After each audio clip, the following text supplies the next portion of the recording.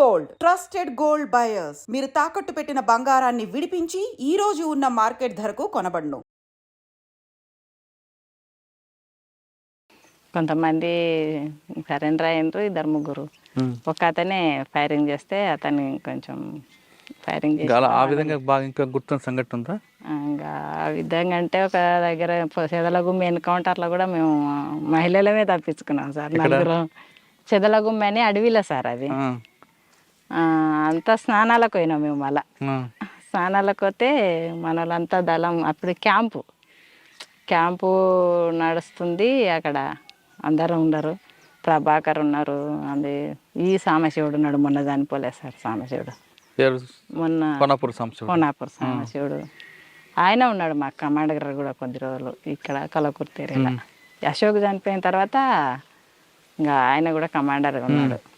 అక్కడ అచ్చంపేట సైడ్ కూడా కమాండర్గా పనిచేసి ఆయన దగ్గరనే పనిచేసినాం మేము. మీ అందరు స్నానాలకు వెళ్ళారా? స్నానాలకు ఆ నలుగురం పోయినాం సార్. నేను రమ్మకాంత్ భార్య ఉండే, ఒక ఆమె ఇంటి దగ్గర పెళ్లి చేసుకొని వచ్చిండే. ఈ రజిత కాక పద్మాని ఉండే, ఆ పాప సరిత అని ఒక పాప ఉండే, ఇంకొక అమ్మాయి ఉండే, భార్యతో ఏమో ఉండే. వీళ్ళందరి కొత్తనే నేనే కొంచెం అటు తెలిసిన మనిషిని, ఇంకా కొద్దిగా సీనియర్ మనిషిని, కొద్దిగా ఏరియా ఇక్కడ పోవాలన్నా తెలిసిన దాన్ని. అందరిని స్నానాలకు పంపించిండు. పక్కన జనార్దన్ షికారికి పోయిండ్రు, ఏమన్నా దొరుకుతుందేమో కానీ పని తీసుకొని షికారికి వెళ్ళిండ్రు. మమ్మల్ని ఆడ స్నానం చేయండి అని చెప్పి వెళ్ళి దారం మొత్తం పైన ఉన్నారు. ఇద్దరు మళ్ళా సమానికి వెళ్ళిండ్రు సార్. ఇంకా క్యాంపు కాబట్టి సామాన్ ఎక్కువ కావాలి కదా అడవిలో. పెంటల అది ఎవరో దగ్గరలో ఉంటుంది అక్కడ, చెంచు పెంటలు ఉంటాయి సార్. అట్లా దాటుకుంటే నడుచుకుంటే వెళ్ళిపోయిండ్రు. ఇంకా కొంతమందే ఉన్నారు, బాగానే ఉన్నాం సార్. 30 మందికి ఎక్కువ ఉన్నాము, 30-40 మంది ఉన్నాము. ఇట్లా ఇక్కడ 3 బ్యాచ్లు ఇట్లా ఉన్నాము మేము. ఇంకా పోలీసులకు అప్పటికి క్యాంప్ జరుగుతుందనే విషయం తెలిసినా సార్, వాళ్ళకి తెలిసి ఇట్లా సామాన్కు అక్కడ పోయినాం కదా సార్ మేము.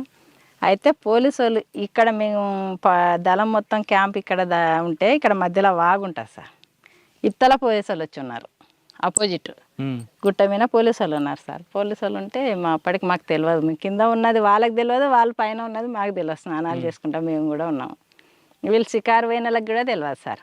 తెలియకుంటే ఇంకా అక్కడ ఒకటి ఏంటంటే సమానికి వెళ్ళిన వాళ్ళు ఇద్దరు విజయ్ అని ఉండే, విజయ్ ఇంకొక అతను. వాళ్ళు సామాన్ మూటలు ఎత్తుకొని వస్తుంటే పోలీసు వాళ్ళు చూసిండ్రు. మన వాళ్ళు ఈడెందుకుంటారు అవతల కదా ఉండేదని చెప్పి ఎమ్మడే సామాన్ పోయిన వాళ్ళు ఫైరింగ్ చేసిండ్రు. అప్పటికి మేము స్నానాలు చేసి క్యాన్లలో నీళ్ళు పట్టుకొని గుట్ట ఎక్కుతున్నాం సార్. ఇంకా పైకి క్యాంప్ మీదకి ఎక్కుతున్నాము. సరిత అని చెప్పి శ్రీకాంత్ భార్య ఇప్పుడు ఉంది సార్. ఇప్పుడు ఆ పాప చంపేట ఈ ఐనూలు శ్రీకాంత్. ఆ పాప ఏం చేసిందంటే మాకన్నా ముందర క్యాన్ ఎత్తుకొని పైకి ఎక్కింది. అప్పటికి ఆ ఫైరింగ్ అయ్యేదావిడ ఏం చేసిండ్రంటే దళం మొత్తం వెళ్ళిపోయింది. ఇంకా లేదాడ క్యాంప్ అందరు వెళ్ళిపోయినారు. మేము వాగులోనే ఉన్నాము. ఇక్కడ పోలీసు వాళ్ళు వచ్చినారు. పోలీసు వాళ్ళు దిగి కూడా పైకి ఎక్కినారు, మేము ఉన్న ప్లేస్లోకి ఎక్కినారు. వీళ్ళు సెంట్రీ ఇక్కడ షికారికి పోయిన వాళ్ళు రాలే, మేము వీళ్ళని చూసుకుంటూ ఉన్నాము. ఇంకా పైకి ఎక్కి పాపలు ఒల్లి పెట్టినా కూడా మమ్మల్ని పట్టుకునే వాళ్ళే పోలీసు వాళ్ళు. ఆ పాప ఏం చేసిందంటే డ్రెస్సులు వేరే ఉన్నాయి, కొత్త పాప అసలు డ్రెస్సులు వేరే ఉంటే సెంటర్ దగ్గర ఎవ్వరు లేరు, మన వాళ్ళు అయితే ఒక్కరు కనబడతలేరు అని క్యాన్ ఆనే పెట్టి కిందకి దిగి వచ్చింది అంతే. ఇంకా ఇట్లా సెంటర్ ఉంటుంది, సెంటర్ దగ్గర కింద పెట్టింది. పోలీసు వాళ్ళు ఆ పాపను చూసలేరు అంతే. మేము సీరలు కట్టుకొనే ఉన్నాం మళ్ళీ అప్పటికి స్నానాలు చేసి. సెంటర్ దగ్గర పెట్టి ఇంకా కిందికి దిగి వచ్చి నాకే చెప్పింది, అక్క మన వాళ్ళు అయితే కనబడతలేరు, ఎవరో కొత్త డ్రెస్సులు కనబడుతున్నాయి అని అన్నది. కొత్త డ్రెస్సులు అంటే కూడా నేను పోలీసు వాళ్ళు అని అనుకోలే. సరేలే ఎందుకైనా మంచిది, మనం డైరెక్ట్ ఎక్కొద్దు, ఇట్లే వాగులంగా కొంత దూరం పోయి మనం అట్లా రిటర్న్ వెనకంగా వచ్చి చూద్దామని అన్న అడవిలో. అంటే సరే అని చెప్పి అలా ముగ్గురిని తీసుకొని నేను నలుగురం కొంత దూరం ఇంకా పోతున్నాం. ఇట్లే క్యాన్లు ఇడిచిపెట్టినాము. ఇంకా బ్యాగులు ఉన్నాయి, ఇట్లా చీరల మీద ఉన్నాం అడవిలో, బ్యాగులు ఉన్నాయి. పోతుంటే ఏమైందంటే మా జనార్దన్ ఇద్దరు ఇంకా షికారు పోయిన వాళ్ళు వచ్చిండ్రు. వస్తే వాళ్ళు పైనుంచి పోలీసు వాళ్ళు కిందికి దిగుతున్నారంట. మళ్ళీ దిగుతుంటే వీళ్ళు ఏమనుకున్నారు, మనోళ్ళే కదా పైనుంచి ఎందుకు కిందికి దిగుతున్నారు అని చెప్పి వీళ్ళు వస్తున్నాం అని దగ్గరికి వెళ్ళిండంట. ఇట్లా దగ్గరికి వెళ్ళే వరకు అరే మనోళ్ళు కానట్టుందని చెప్పి ఎమ్మడే జనార్దన్ ఫైరింగ్ చేసింది. అప్పుడు పోలీసు వాళ్ళు వెనక్కి కొరికాను.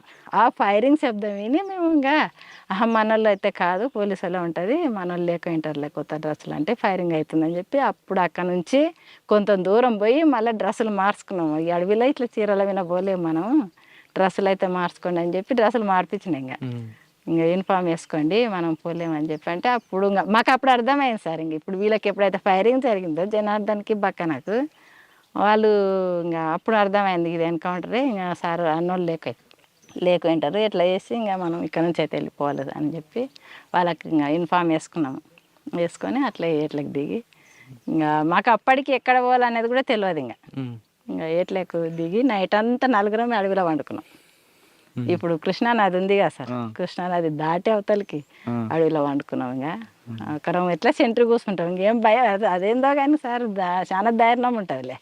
ఆడేలం కదా మనం ఎట్లా అనేది అయితే ఏం ఉండదు, చాలా ధైర్యం ఉంటుంది. అడవిలో ఆడవాళ్ళకి ఇప్పుడు ఆడవాళ్ళకి నెలల సమస్యలు ఉంటాయి. అవును సార్. అవన్నీ పార్టీలకు వెళ్ళినప్పుడు మీరు బయట తిరుగుతున్నప్పుడు ఆ ఇబ్బందులు ఎలా ఎదుర్కొంటారు?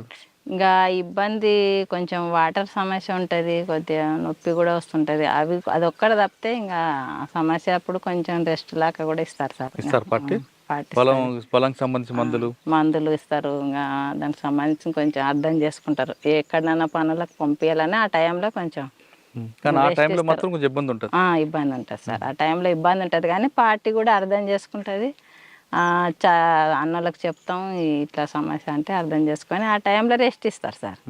ఎక్కడైనా పంపించాలంటే ఏమైనా సమస్య లేదంటే మనం వాళ్ళతో పాటు యథావిధిగా వెళ్ళిపోతాం.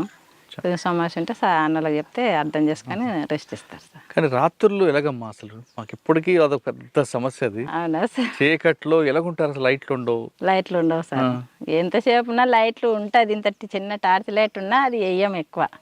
ఏదైనా మన గుంతనంలో ఏదైనా డౌట్ ఉంటేనే చిన్నగా వేసి చూడడం. అది ఉంటే ఏమవుతుంది అంటే లైట్లు ఉంటే ఇంకెమ్మడే పోలీసు వాళ్ళు పట్టేసుకుంటారు సార్. మీరు ఎలా పడుకుంటారు అక్కడ రాత్రులు? ఏం లేదు, ఉత్త అడవిలోనే. కానీ ఇక ఇంత కవర్ ఉంటుంది, ఆ కవర్ వేసుకోవడం పడుకోవడం. ఒక సెంట్రీ ఇంకా మనకు మొత్తం కూడా ఎంత దూరం వెళ్ళిపోయినా సెంట్రీ గంటకు ఒకసారి అర్ధ గంటకు ఒకసారి సెంట్రీ ఉంటుంది. బయట నుంచి పోలీసులు వస్తే ఫైరింగ్ రెడీ అవుతారు. అవును సార్. దానికి మీరు ప్రికాషన్ రెడీ ఉంటారు. కానీ పడుకున్నప్పుడు పాములు తేలులు వస్తుంటాయి కదా, అవన్నీ అప్పుడు ఏం మాకు ధ్యాసకుండా కూడా ఇంకా అవి ఇంకా మాతో పాటు అలవాటు అయినట్టే ఉంటాయి సార్. ఇంకా ఇప్పటి వరకు అయితే అటువంటి ఇబ్బంది అటువంటి ప్రమాదాలు జరగలే. వర్షాకాలం కూడా ఇంకా కవర్ కింద ఒక కవర్ ఉంటే పైన ఇంత చెట్టు ఉన్నా కూడా చెట్టు మీద కవర్ అన్నీ వేసుకుంటాము. లేదంటే తాళ్ళు పెట్టి ఇట్లా గుడిసెలాకి వేసుకుంటాం సార్. ఎవరి చెట్టు కాడ ఎవరు కూర్చునే కాడ ఎవరు వారం చదువుకుంటూనే ఉంటాం. సెంట్రీ ఉన్నదంటే మా పనులు మేమేందంటే ఒక బుక్స్ చదవడమే. ఏ బుక్స్? ఇట్లే విప్లవానికి సంబంధించిన బుక్స్ చదువుతాం సార్.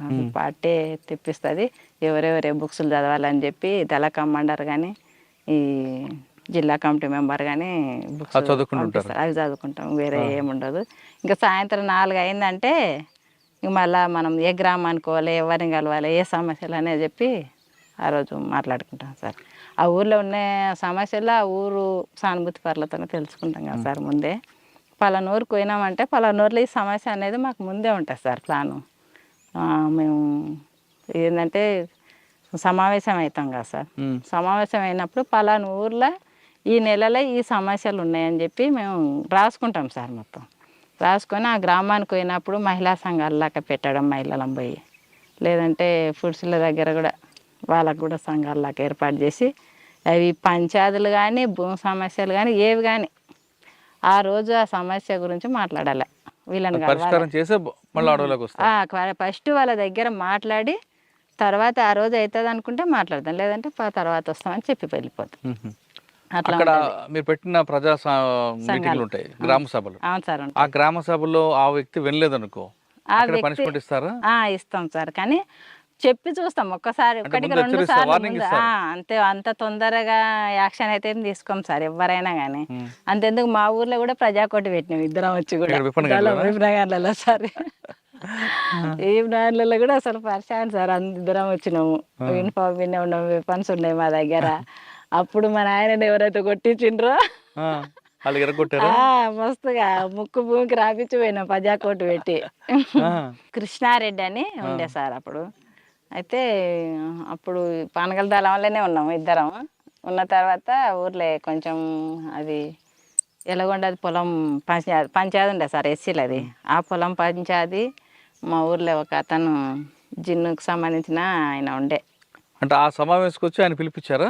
లేదు అనుకోనే మేము మాకు ప్లాన్తోనే ఈ ఊర్లో ఈరోజు ప్రజాకోర్టు పెట్టాలి, ఫలానా వాళ్ళని పిలిచని ఈ సమస్యల గురించి మాట్లాడాలి ప్రజల మీద ప్రజల దగ్గర అని చెప్పి మేము అనుకోనే ఊర్లో పోలీస్ స్టేషన్ ఉన్నాగానే ఊర్లోకి వచ్చి వాళ్ళ ఇంటి దగ్గరకు వచ్చి తీసుకుపోయి ఎస్సీ వాడు అన్న కమిటీ వాళ్ళు ఉంటుంది, ఆడికి తీసుకుపోయి ప్రజలు ఆయన గురించి మాట్లాడి ఇంకా ఆయన చేసిన నేహరాలు అన్నీ కూడా ప్రజలకు చెప్పి మీటింగ్ లాగా పెట్టి పాటలు పాడి ముక్కు భూమికి రాపించినాం ప్రజలని, తప్పని ఒప్పించినాం వాడ ఆయన దగ్గర. కానీ పార్టీలో మావోయిస్ట్ పీపుల్స్ వార్ పార్టీలో వ్యక్తిగత కక్షలకు ఎక్కువ ప్రాధాన్యత ఇవ్వకూడదు అని ఉంటుంది. అవును సార్, వ్యక్తిగత కక్షలు ఏం కాదు సార్, మరి మీ అది నాన్నగారు కొట్టినందుకు కదా అని కొట్టిన అతనే అంటున్నా కానీ ఆయన కొట్టిన కొట్టిన అతన్ని, మీ నాన్నగారు కొట్టిన అతన్ని తీసుకొచ్చి నేలకు దానికోసం కాదు సార్ రాపించింది. పాత అంటే పాత నువ్వు అట్లా అనుకుంటున్నావా సార్? అట్లని కాదు, ఊర్లో అనేది మొత్తం పెత్తనం అతందే.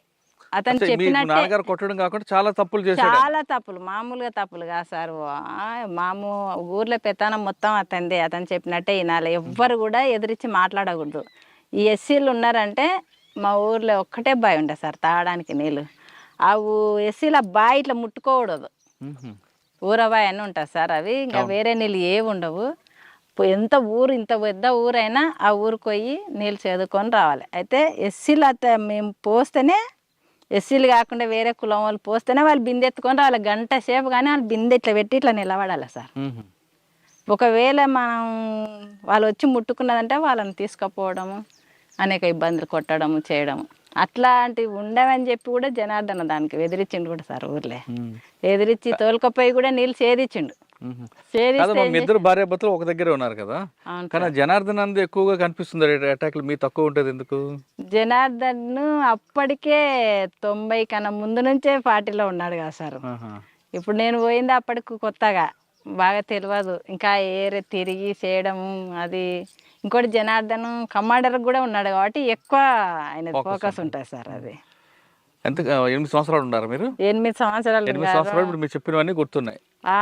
కానీ పార్టీలోకి వెళ్ళిన తర్వాత మీరు చేసిన కొన్ని మంచి పనులు ఉన్నాయి, కొన్ని పార్టీ ఆదేశాల మీద కొట్టడం ఉంది. ఎప్పుడైనా బాధపడ్డారా? తప్పు చేస్తున్నానా అని బాధపడ్డారా? లేదు ప్రజల కోసం ఈ పని చేయడం కరెక్టే? అలాంటి బాధలు అయితే ఏం పడలేదు సార్. ఇంకా కాకపోతే ఇంకా ప్రజలకు చైతన్యం కల్పించడంలో మేము కూడా విఫలమవుతున్నామని అనుకున్నాం సార్. ఇంకా కొంతమంది ఇన్ఫార్మర్లుగా తయారవడం మన దగ్గరకు వచ్చి కూడా ఇంకా ప్రజలకు ఇంకా ఎక్కువ విస్తృతంగా పోవాలి అని చెప్పేది మేము. అంటే ప్రజలకి చైతన్యం కల్పించడంలో కొంతమేరకు విఫలమయ్యాను అంగీకరిస్తారు? అవును సార్. ఓకే, మరి ఎందుకు వచ్చారు మరి? కొంచెం అంటే తర్వాత మేము స్పెషల్ దళంలో ఉన్నాక ఇద్దరం విడివిడిగా ఉన్నాం సార్ మేము. ఇంకోటి అనారోగ్య సమస్యలు కూడా నేను ఇక్కడ పానగాలి ఏరియాకి మళ్ళీ నన్ను రమాకాంత్ను పంపించిండ్రు సార్. నన్ను డిప్యూటీగా పంపించిండ్రు, రమాకాంత్ను కమాండర్గా పంపించారు. అయితే ఇక్కడ వచ్చిన తర్వాత కొంచెం హెల్త్ ప్రాబ్లం ఎక్కువ సార్. ప్లేన్ ఏరియా అయింది, హెల్త్ ప్రాబ్లం వల్ల జనార్దన్ లోపలనే ఉన్నాడు. అప్పటికి అక్కడే ఉన్నాడు, కలకుర్తి దళ కమాండర్గానే ఉన్నాడు. చెప్పకుండానే నేను బయటికి మోనాయనలను కలిసిన. అవునా? పార్టీకి కూడా చెప్పలేదు. ఇంకా ప్రాబ్లం ఇంకా కొంచెం ఎక్కువ ఇబ్బంది అవుతుంటే ఏం చేయాలి. మా ఊర్లో అంటే నాయన వాళ్ళని చేను దగ్గర పోయి కలిసిన. ఊర్లోకి వచ్చి ఇంకా నాయన ఊర్లో వెంకటేశ్వర సార్ ఉండే సార్, మొన్న వచ్చి లేకుండే సార్ డిఎస్పీకి వచ్చి ఆ సార్ దగ్గర పోయి నాయనలు మాట్లాడి సరెండర్ చేయించారు. ఆర్కే మీనా దగ్గర. అప్పుడు మీకు రావాల్సింది ఇచ్చారా? అప్పుడు ఏమి ఇవ్వలేదు సార్, మాకు 5,000 ఇచ్చిండ్రు. అంటే ఇమీడియట్ రిలీఫ్ అది. తర్వాత ఏమి ఇవ్వలేదు సార్. జనార్దన్ వచ్చినాకైనా అవే ఇచ్చిండ్రు మాకు. మీరు బయటకు వచ్చారు జనార్దన్ చెప్పకుండా, మరి ఎప్పుడు చెప్పారు జనార్దన్కి? నేను సరెండర్ అయినాక చూసుకున్నారు అంతే.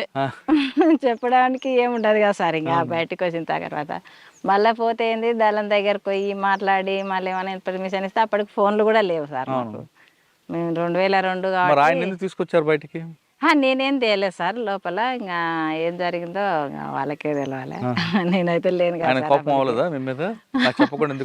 ఏం లేదు అప్పుడు, ఎవరి ఇష్టం అది, ఎవరి అభిప్రాయం వాళ్ళది. అట్లాంటి కోపాలు అయితే ఏముండవు. బయటకు వచ్చిన తర్వాత పోలీసు వేధింపులు లేవు? లేదు సార్. ఆయన పిలిపించు బయటికి రా అని.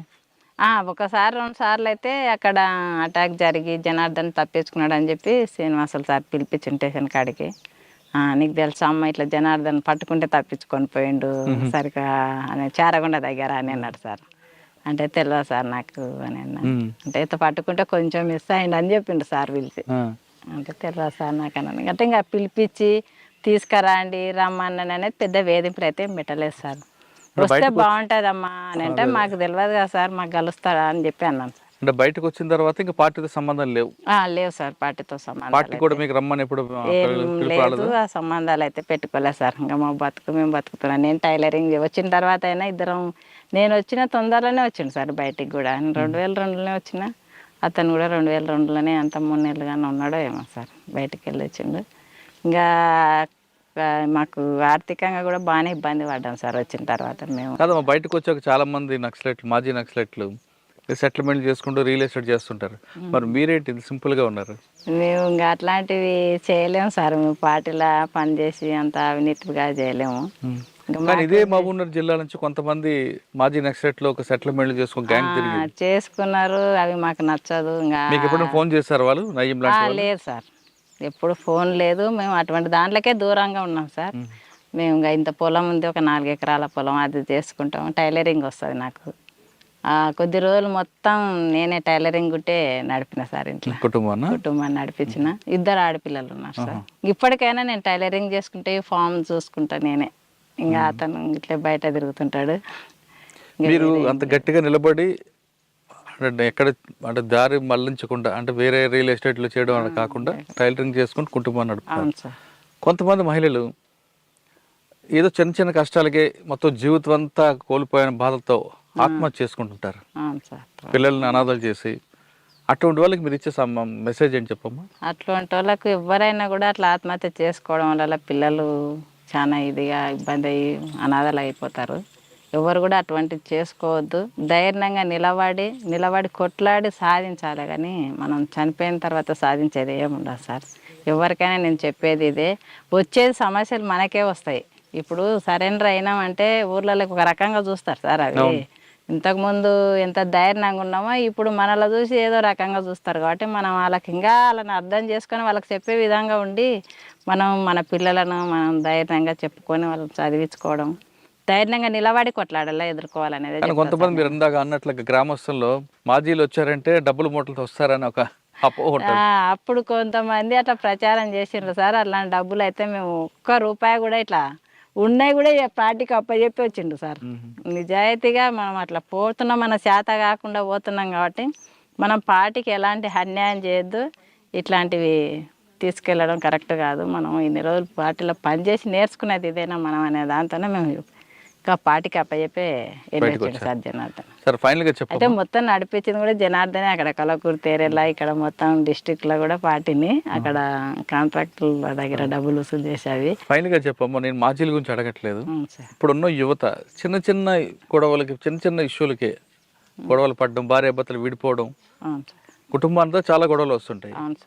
చిన్న చిన్న విషయాలకి విడిపోవడం, ఆత్మహత్యలు చేసుకోవడం, కోర్టుకు వెళ్ళడం, ఇటువంటి సంఘటనలు చేస్తుంటారు కొంతమంది. అంటే కేవలం మహిళలే కాదు, పురుషులు కూడా అలాగే తయారయ్యారు. కుటుంబం అంటే భార్యాభర్తలు అంటే నమ్మకం అనేది ప్రధానం. ఈ నమ్మకం లేకపోవడం వల్ల వచ్చే గొడవలకి కొంతమంది విడిపోవడాలు చేస్తుంటారు. ఆ విధంగా విడిపోవాలనుకున్న వాళ్ళకి, లేదు ఆత్మహత్య చేసుకోవాలనుకుంటున్న వాళ్ళకి మీరు ఇచ్చే మెసేజ్ ఏంటి? ఇప్పటికి కూడా మేము గ్రామంలో ఉన్నామంటే ఊర్లో ఉన్న సమస్యలు మా ఇంటికి వస్తాయి సార్. ఈ భార్యాభర్తల సమస్యలు కానీ మేము మొత్తం మీద భార్యాభర్తల సమస్యలు ఖచ్చితంగా మా గ్రామంలో జరిగేటి ఖచ్చితంగా మా ఇంటికి వస్తాయి. జనార్దన్ లేకుండా నా దగ్గర చెప్తుంటారు సార్, ఇది ఇట్లా అది అట్లా అని చెప్పి. అంటే ఈమెకు కూడా 4 విషయాలు తెలుసు చెప్తుంది అన్నదంతనా. కాబట్టి వాళ్ళకు మాకు తెలిసినంత వరకు కూడా ఇట్లాంటి దాంట్లకు మీరు కుషించిపోయి భార్యాభర్తల మధ్య చిన్న చిన్న సమస్యలు పెద్ద దానిగా చూసి ఒకరికొకరు అర్థం చేసుకోకపోవడం వల్లనే ఇక్కడ సమస్య అనేది ఇద్దరి మధ్యలో వచ్చి ఇట్లా కోట్ల వరకు వెళ్తున్నారు సార్. ఇట్లాంటి రోజు మా ఇంటి దగ్గరకు వచ్చే సమస్యలే సార్ ఇది. ఎవ్వరు కూడా ఇట్లాంటి సమస్యలకు మీరు ఇదే అయ్యి విడిపోయి పిల్లలు తల్లులు వేరుగా అట్లా కుటుంబాలు నాశనం చేసుకోవద్దు. ఒకరికొకరు అర్థం చేసుకొని నమ్మకంగా భర్త మీద భార్యకి నమ్మకం ఉన్నప్పుడే ఈ కుటుంబాలు అనేది నిలబడి మంచిగా సాఫీగా సాగుతాయి అనేది చెప్తా సార్ నేను. కుటుంబం అన్నాక చిన్న చిన్న సమస్యలు వస్తాయి. ఆ సమస్యలు కూర్చొని మాట్లాడుకుంటే సమస్యకు పరిష్కారం దొరుకుతుంది అంటున్నారు చిట్టమ్మ అలియాస్ విజయ. ఆమె చెప్తున్నట్లుగా ప్రతి కుటుంబంలో ఉంటుంది ఇది ఇంటింటి రామాయణం. ఇంటింటి రామాయణం రోడ్డుకి ఎక్కించి మీ కుటుంబాల పరువు మీరే తీసుకోకుండా ఆ విధంగా తీసుకోవడం వల్ల మీకు ప్రస్తుతానికి కొంచెం రిలీఫ్ ఉన్నా తర్వాత మీ పిల్లలు ఎంత బాధపడతారు విషయాన్ని ఆమె చెప్తున్నారు. కాబట్టి ఇప్పటికైనా చాలామంది ఎవరైనా దయచేసి భార్యాభర్తల మధ్య విభేదాలు వస్తే సమస్య పరిష్కారం చేసుకోండి, కానీ దయచేసి రోడ్డు ఎక్కి మీ పిల్లల్ని అనాథలు చేయొద్దు అనే విషయం నేను చాలా స్పష్టంగా చెప్తున్నా. ఇక చిట్టమ్మ విషయానికి వస్తే ఆమెకి పార్టీలో వెళ్ళారు, ఖచ్చితంగా పార్టీకి సేవ చేశారు, కానీ ప్రజల్లో మహిళల్లో ముఖ్యంగా ఎక్కువగా వాళ్ళకి రాజకీయ చైతన్యం కల్పించడంలో విఫలమయ్యా అని ఒక మానసిక శోభ మాత్రం ఇప్పటికీ వెంటాడుతుంది. అందుకే ఆమె గ్రామంలో ఎవరైతే కొట్లాడుకుంటున్నారో వాళ్ళందరికీ ఆ పరిష్కారం చూపిస్తూ వాళ్ళలో చైతన్యం కల్పించడంలో చిట్టమ్మ తన వంతు కృషి చేస్తున్నారు. ఇది ఈ వారం చిట్టమ్మతో ఎక్స్క్లూజివ్ ఇంటర్వ్యూ. వచ్చే వారం మరొక మళ్ళీ కలుద్దాం. అందరికీ నమస్తే. థ్యాంక్ యూ అక్క. Thank you. ఇప్పుడు మరొకసారి ఫైనల్గా చెప్తున్నా, ఇటువంటి మాజీ మావోయిస్టులు ఇంటర్వ్యూ చేయడం వెనక ఎలాంటి ఉద్దేశం లేదు. ఇది ప్రజల కోసం గత చరిత్ర చెప్పడానికి ఉద్దేశం తప్పించి పార్టీలకు వెళ్ళే వారికి అడ్డుకోవడానికి కానీ లేదు పోలీసుల ద్వారా చేస్తున్నారు అనుకోవడం అపోహలకి ఇది పులి స్టాప్ పెట్టడానికే ఈ ఇంటర్వ్యూ యొక్క చివరి సందేశం. Thank you.